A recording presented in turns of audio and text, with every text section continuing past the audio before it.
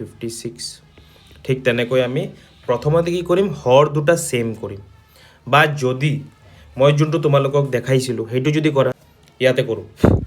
পিছত আমি যোনটো কৰিছিলোঁ নিয়মটো কি আছে আমাক 5/8 পৰা কিমান বিয়োগ কৰিব লাগে 2/7 বিয়োগ কৰিব লাগে এইটোৱে কৈছে ইয়াত হয়নে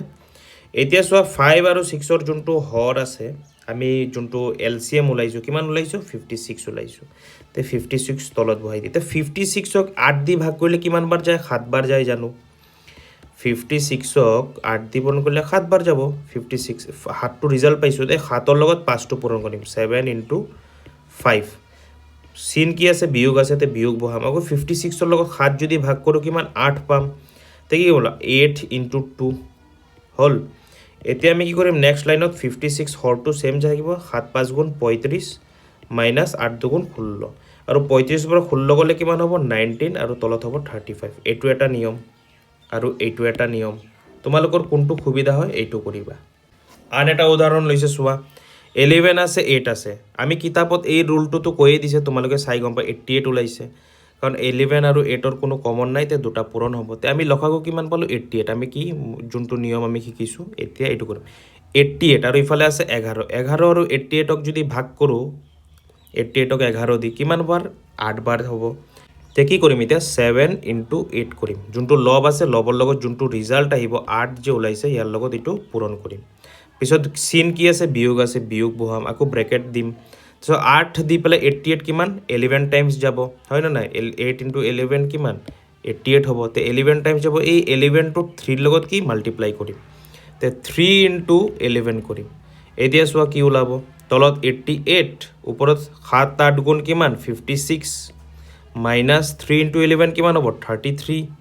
এতিয়া 56ৰ পৰা 33 গ'লে কিমান হ'ব ইয়াতে হৰটো সেম থাকিব 88 6ৰ পৰা 3 গ'লে হ'ব 3 5ৰ পৰা 3 গ'লে হ'ব 2 তে কিমান আমি পালোঁ 23/88 চইছা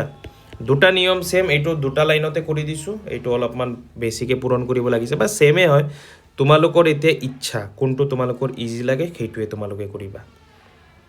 এতিয়া আহা আমি কি কৰিম 7.16 1ৰ 1টো কৰোঁ প্ৰথমতে 2/5 আৰু 3/15 আছে 5 আৰু 15 তুমি লখাগু উলিয়াওচোন ইফালে 5 আৰু ইফালে 15 5 দি যায় 5 এগুণ 5 5 3 গুণ 15 তে 5 আৰু 3 আৰু 1 পূৰণ কৰিলে আমি কি পাম 15 পাম 15টো কি এলচিএম বা লখাগু তে 15 তলত বহুৱাই দিম তাৰপিছত ওপৰত কি হ'ব 15 আৰু 5 দি যদি আমি ভাগ কৰোঁ কিমান 3 বাৰ যাব তে 2 পূৰণ 3 বিয়োগ চিন দি দিম 5ৰ লগত 15 কিমান 15ৰ লগত 15 কিমান এবাৰে যাব তে কি হ'ব 3 × 1 হ'ব তে বহুৱাই তে 15 ওপৰত 2 3 গুণ 6 বিয়োগ 3 1 গুণ 3 তে কি হ'ব তো ওপৰত হ'ব 3 তলত হ'ব 15 এইটো হ'ব আমাৰ ৰিজাল্ট আৰু যদি তোমালোকে ভাবা নাই স্যাৰ এইটো অলপমান কনফিউজন হৈ আছে মই যোনটো কিতাপত দিছে সেইটো কৰিম তে এইটোও কৰিব পাৰা 15 ওলাইছে ন তে ওপৰত কি হ'ব 5 × কি 5ৰ লগত কিমান পূৰণ কৰিলে 15 হ'ব 3 তে ওপৰতো কি 2 × 3 কৰিব লাগিব মাইনাছ কি হ'ব 15ৰ লগত কিমান পূৰণ কৰিম 1 পূৰণ কৰিলে 15 পাম তে ওপৰতো কি হ'ব 3 × 1 হ'ব তাৰপিছত কি কৰিম তলত লিখা 15 ওপৰত হ'ব 2 3 গুণ 6 পিছত কি আছে 15 ওপৰত হ'ব কি 3 গুণ 3 বাস এতিয়া লিখি দিয়া তলত 15 যোনটো হৰ আছে ওপৰত 6ৰ পৰা 3 গ'লে কিমান 3 পালোঁ ৰিজাল্টটো সেম পদ্ধতি এতিয়া তোমালোকে কোনটো কৰা তোমালোকৰ ইচ্ছা কিতাপত চোৱা এনেকৈ দিছে হয়নে তোমালোকে এনেকৈ কৰিবা তাৰপিছত চাওঁ অলপ 6 নম্বৰটো কৰোঁ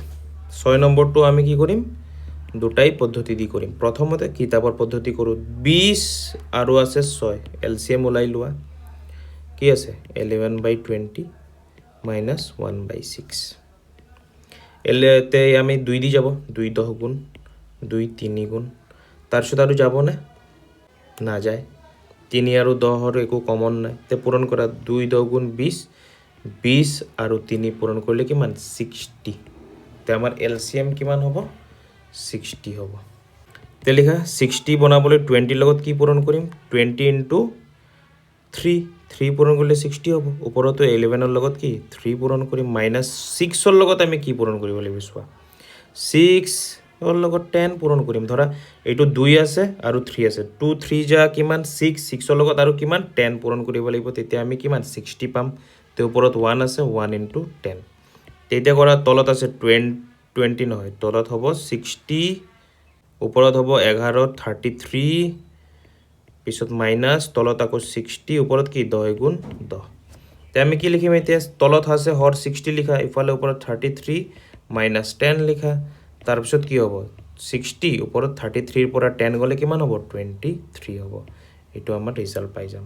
আৰু যদি মই ধৰা এইটো কৰিম যোনটো মই শিকাইছোঁ তোমালোকক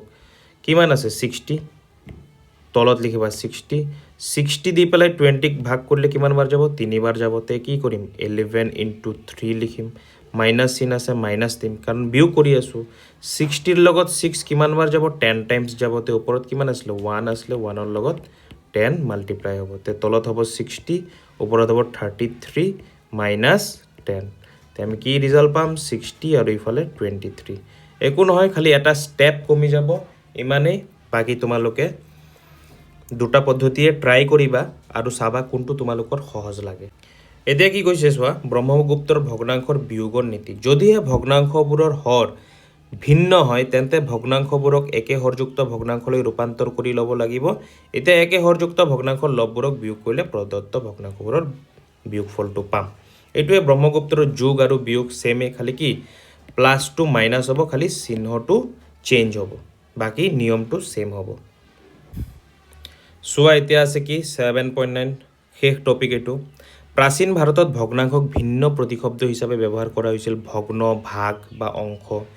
1000 খ্ৰীষ্টপূৰ্বত ঋগবেদত কিমান এইটোক আৰু এইটোক যোনটো আধা আছে 1/2 মানে 2/1 আৰু 4/3 ক্ৰমান্বয়ে কি অৰ্ধ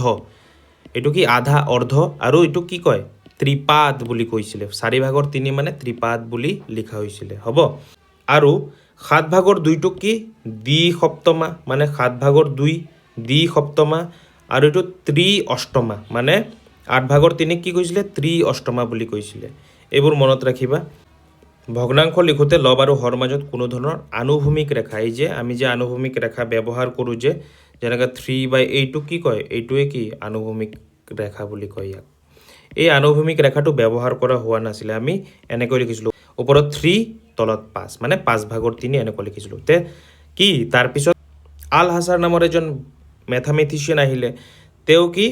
এই চিহ্নটো ব্যৱহাৰ কৰা আৰম্ভ কৰিলে আমি আগত পঢ়ি আহিছোঁ এইটো তাৰপিছত কি হৈছে খুবলক সূত্ৰত একক ভগ্নাংশত ভাগ বা অংশৰ সহায়ত প্ৰকাশ কৰাইছিল উদাহৰণস্বৰূপে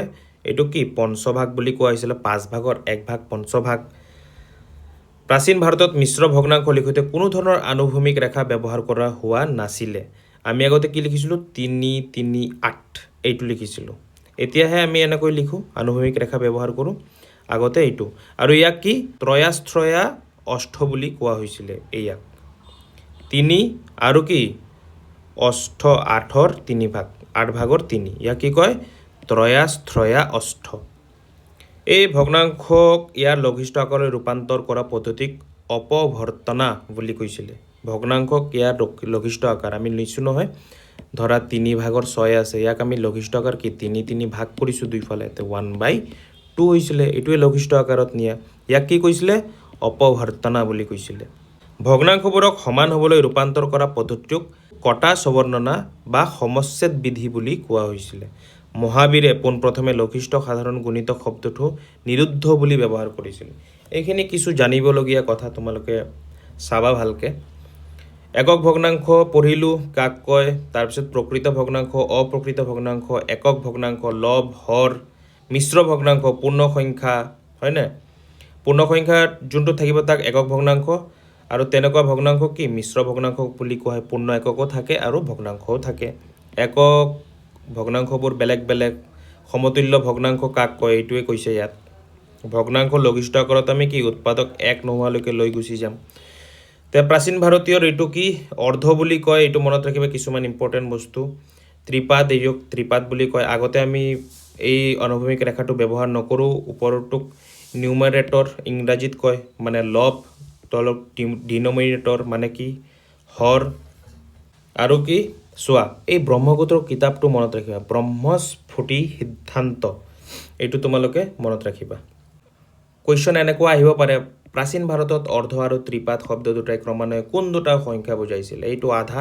এইটো 4/3 মনত ৰাখিবা এইটো শেষ চেপ্টাৰটো শেষ কৰিলোঁ আমি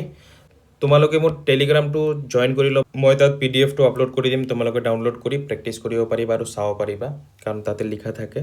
আৰু ভিডিঅ'টো তোমাৰ ফ্ৰেণ্ডৰ সৈতে শ্বেয়াৰ কৰি দিবা লাইক কৰিবা আৰু ছাবস্ক্ৰাইব কৰিবা যদি ভাল পাইছা যিমানে প্ৰেক্টিছ কৰিবা সিমানেই তোমালোকৰ মেথছটো ইজি হৈ থাকিব সেইকাৰণে সদায় প্ৰেক্টিছ কৰিয়ে থাকিবা God bless you students next chapter লৈ আহিম আকৌ তোমালোকে ৱেইট কৰিবা